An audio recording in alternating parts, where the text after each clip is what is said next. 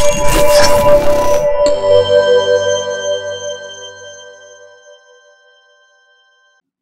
everybody, Boris, welcome to the weekly technicals for May 29th through June 2nd for Euro dollar, dollar yen, and pound dollar, the majors.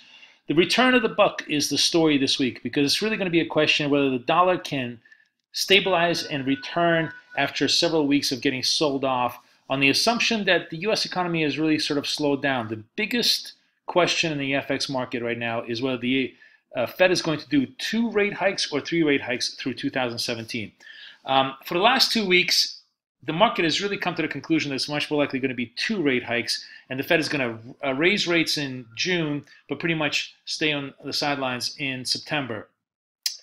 Last night, Williams, who is the Fed chairman of San Francisco, suggested that 3 rate hikes is still very much a possibility, but everything really depends on inflation, and inflation very much depends on wage growth. So this week, as we say in America, it's going to be a time where the rubber hits the road. We're going to have to prove the thesis of the bulls or disprove the thesis of the bulls by looking at the data. And the data this week is actually pretty substantial. We have ADP numbers coming out on Wednesday, then ISM manufacturing Thursday, and then, of course, Friday, the big granddaddy of them all, the non-farm payrolls. And within the non-farm payrolls, again, the single most important number is going to be the average hourly earnings. Now, the average hourly earnings are projected to be 0.2%, which is actually pretty lackluster.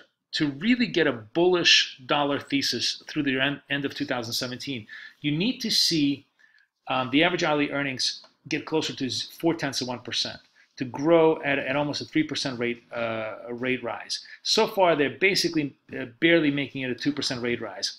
And a lot of it is because the experts feel that globalization forces and technology forces just continue to depress labor's input into output. And as long as we're being shoved aside by the robots and shoved aside by cheaper labor abroad, it becomes extraordinarily difficult to negotiate higher wages. And that's what's creating this very, very serious disconnect in the economy, where you seemingly have lots of jobs, but they all pay very little, and that's creating very little discretionary demand. Basically, all the money goes for rent, food, and clothing, and there's very little to spend on anything else. So under those conditions, it seems likely the Fed is much likely going to be much more cautious than not.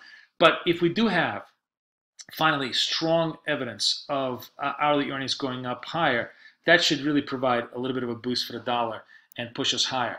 Elsewhere, we don't have any data on the European side, but the UK side is actually very much its own story. So the story in UK, even though we do have manufacturing PMI and construction PMI, the really big number, services PMI, is going to be coming out next week. On the economic side, the story in the UK is actually quite interesting. You have an enormous dichotomy between the consumer and business. Businesses are benefiting tremendously from lower cable and the fact that the UK still remains within the European Union. So they're becoming a lot more competitive. Exports are really ramping up. And generally, competition for in UK businesses across Europe is quite good because they're the low-cost producer in some ways. Consumers, on the other hand, are feeling very, very, very badly hurt by the higher inflation in UK. Real wages are actually negative in UK because even though they're rising at a greater than 2% rate, inflation is rising at a 3% rate because everything costs a lot more now that cable is considerably lower than it was pre-Brexit. So the very negative consumer sentiment with very positive business sentiment just simply can't last. That dichotomy is going to break. But none of this is going to matter next week because the true story in cable, and that's the thing that's going to be interesting to watch, is the political story. We may be in the midst of one of the greatest political disasters in modern history because Theresa May called early elections under a very reasonable assumption that Tories were going to sweep office and absolutely attain a supermajority in Parliament so she could negotiate from strength on the Brexit issue. And for all intents and purposes, it looked that way for quite a long time. But she has stumbled horribly over the last couple of weeks in the UK elections. She, I think, is a terrible politician, one of the worst ones I've seen in a long time, perhaps almost as bad as Hillary Clinton.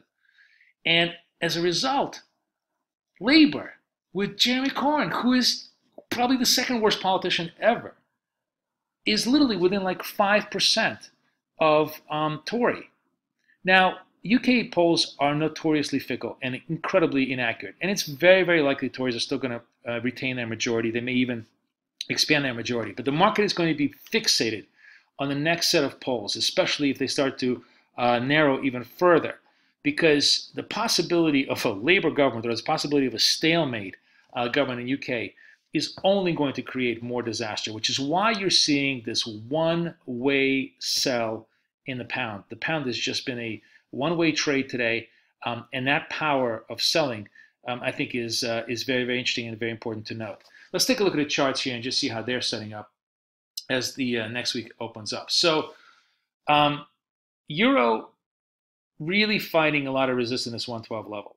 And as I was saying, if the dollar sort of catches a little bit of a bid, it's certainly very reasonable for us to come down to 111.